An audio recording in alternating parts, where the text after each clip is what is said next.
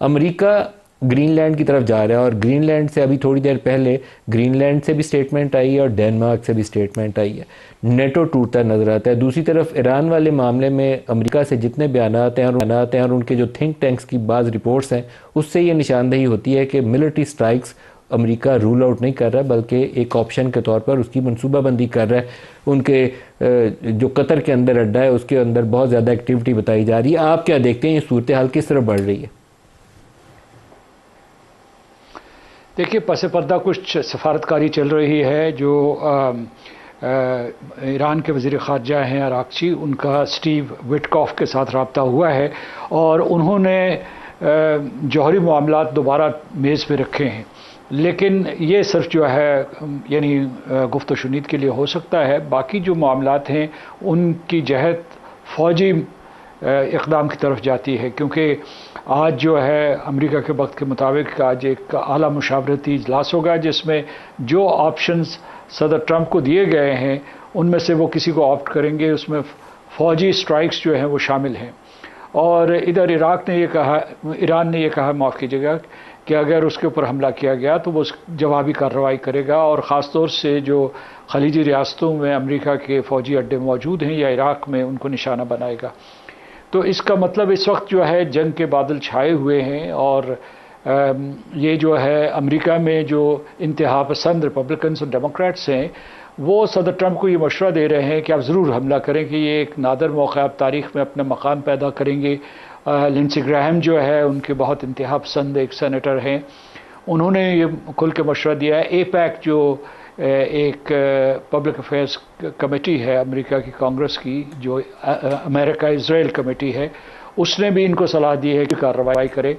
جہاں تک اسرائیل کا تعلق ہے، ایران کے ساتھ ان کی جو گزشتہ برس جنگ ہوئی تھی وہ انفینشڈ ایجنڈا ہے، اسے مکمل کرنا چاہتے ہیں، اور اس میں دو چیزیں، ان کے دو تین اہداف ہیں۔ ایک تو یہ کہ ان کے نیوکلیر پروگرام کو تباہ کیا جائے، ان کی اعلیٰ قیادت کا صفایا کیا جائے، اور کسی طریقے سے ایسی خانہ جنگی پیدا کی جائے ایران کے اندر کہ وہ 4-5 حصوں میں بٹ جائے، یعنی جو بھی لسانی اعتبار سے یا اس کے بعد نسلی اعتبار سے جو خطے موجود ہیں، خوزستان، بلوچستان، کردستان، آذربائیجان کے، اس طریقے سے وہ منقسم ہو جائے۔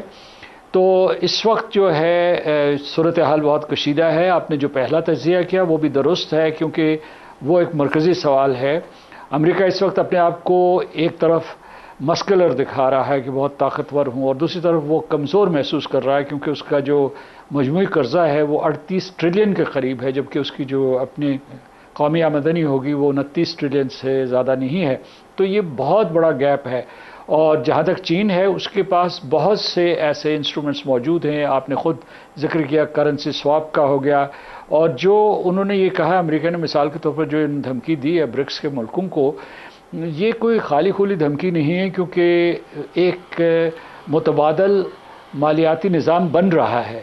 یعنی جو یہ بیلٹ اینڈ روڈ انیشیٹو کا جو ایک بینک ہے جس کو انفراسٹرکچر بینک کہتے ہیں، AIIB اسے کہتے ہیں، اور برکس کا نیو ڈیولپمنٹ بینک ہے، یا SCO جو کہہ رہا ہے کہ ان کا جو انٹر بینک کنسورٹیم تھا اس کو انہوں نے ایک بینکنگ انسٹیٹیوشن میں تبدیل کرنا ہے، اور تو لہٰذا اس وجہ سے یہ تبدیلیاں واقع ہو رہی ہیں، اور اس سے برٹن ووڈز انسٹیٹیوشنز کو جس کے اوپر امریکہ کی قیادت قائم ہے ان کو شدید خطرہ ہے۔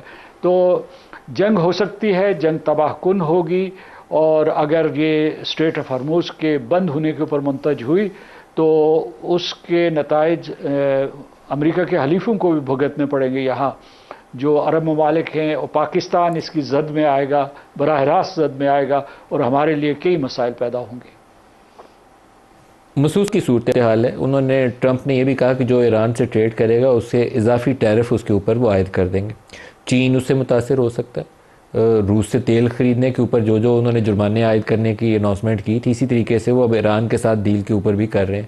یہ مسئلہ ٹیڑھا ہوتا زیادہ نظر آتا ہے۔ اگر نیٹو چیلنج ہوتی ہے تو یورپین ساری جو ممبر کنٹریز ہیں، پورا یورپ کرائسس میں آتا ہے۔ تو کیا دیکھتے ہیں آئندہ آنے والے دن کیا خبر لائیں گے؟ مجھے تو ایک بالکل ابتری والی کیفیت نظر آتی ہے یورپ میں بھی، اور اس پورے ایران اور اس کے ارد گرد ہمسایہ ممالک میں بھی۔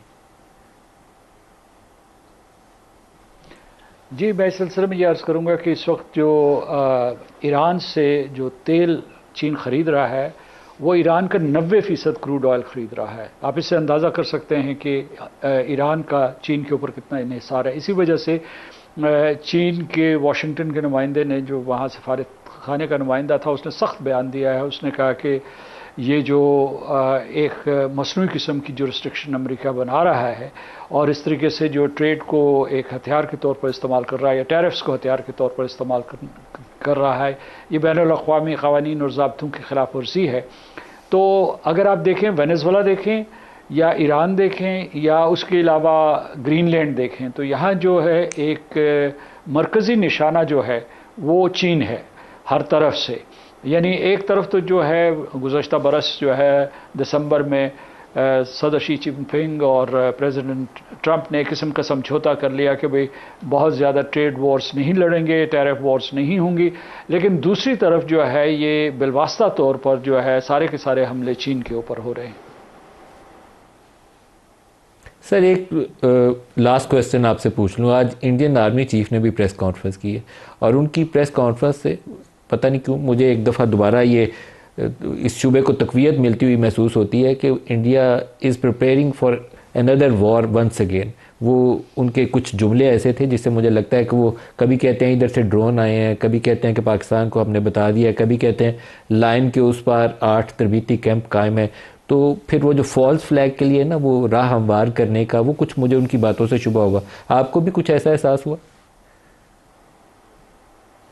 دیکھیے جو مارکہ حق کے بعد اب تک ہندوستانی افواج تیاری میں ہیں اور تیاری کر رہے ہیں، کیونکہ پچھلی دفعہ ان کو ذلت آمیز شکست ہوئی اور اس کی تصدیق دنیا بھر نے کی. یعنی میں صرف پاکستان کی طرف سے دعویٰ نہیں تھا، دنیا بھر سے شہادتیں آئیں کہ جو ہے فضائی جنگ میں وہ بہت برے طریقے سے مارے گئے. اور اس کے بعد جو باقی ہم نے جو پلیٹ فارمز استعمال کیے تھے یا جو ہمارے پاس ہتھیار تھے استعمال کیے تھے سائبر بالخصوص، تو پاکستان بھارت کے اوپر حاوی رہا تھا. تو اور دوسرے یہ ہے کہ اس کے بعد انہیں سفارتی تنہائی کا شکار ہونا پڑا. اس کے بعد جو ہے ان کی اپنی کنسٹیٹوئنسی ہے جو بی جے پی یعنی جو حکمران جماعت ہے اس کو بی جے پی اور راشٹریہ سوامی سیوک سنگھ سے بھی جو ہے نشانہ تنقید بننا پڑا. اور حزب اختلاف جو ہے اس نے تو ان کے بارے میں بہت مضحکہ خیز لب و لہجہ اختیار کیا. تو اب یہ ہے وہ تیاری میں ہے. لیکن یہ ہے کہ میں سمجھتا ہوں کہ اچھا دوسرے یہ ہوا کہ ان کے جو کمانڈ اینڈ کنٹرول میں سخت اختلافات موجود تھے. ان کے جو بری بحری اور فضائی چیفز تھے انہوں نے ایک دوسرے کے اوپر حملے کرنا شروع کر دیے. انہوں نے جو ہے سلیکٹیو انفارمیشن لیک آؤٹ کرنا شروع کر دی. انہوں نے یہ بھی بتایا کہ ان کے اور سیاسی قیادت کے درمیان اختلافات تھے اور انہیں سیاسی قیادت نے مروا دیا، جس کی وجہ سے وہ اپنا ایک مرتبہ پھر وقار بحال کرنا چاہتے ہیں. تو وہ جنگ تو کرنا چاہتے ہیں، لیکن میں یہ آپ کو بتا دوں کہ ان کے پاس استعداد نہیں ہے، یعنی پولیٹیکل ول نہیں ہوگی.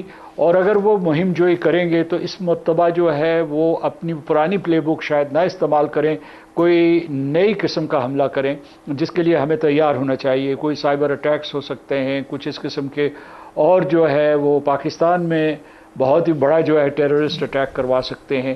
تو اس لیے ہمیں ذہنی طور پر بھی اور عملی طور پر تیار رہنا چاہیے ایک حملے کے لیے، کیونکہ اس کے بارے میں بار بار بیانات دیتے رہتے ہیں. یہ جس فوجی سربراہ کا آپ ذکر کر رہے ہیں اس نے تو محتاط انداز میں بیان دیا ہے اور اشارے کنائے میں گفتگو کی ہے، لیکن جو راجناتھ سنگھ ہے وہ تو دھمکیاں دیتا پھرتا ہے، اور امت شاہ کہ ہم پاکستان کے اوپر دوبارہ حملہ کریں گے اور اس کی تیاری کر رہے ہیں. تو اس وقت وہ ایک قسم کی اسٹریٹجک ولڈرنس میں ہیں. دیکھیں کہ وہ اس قسم کا اقدام کر سکتے ہیں یا نہیں.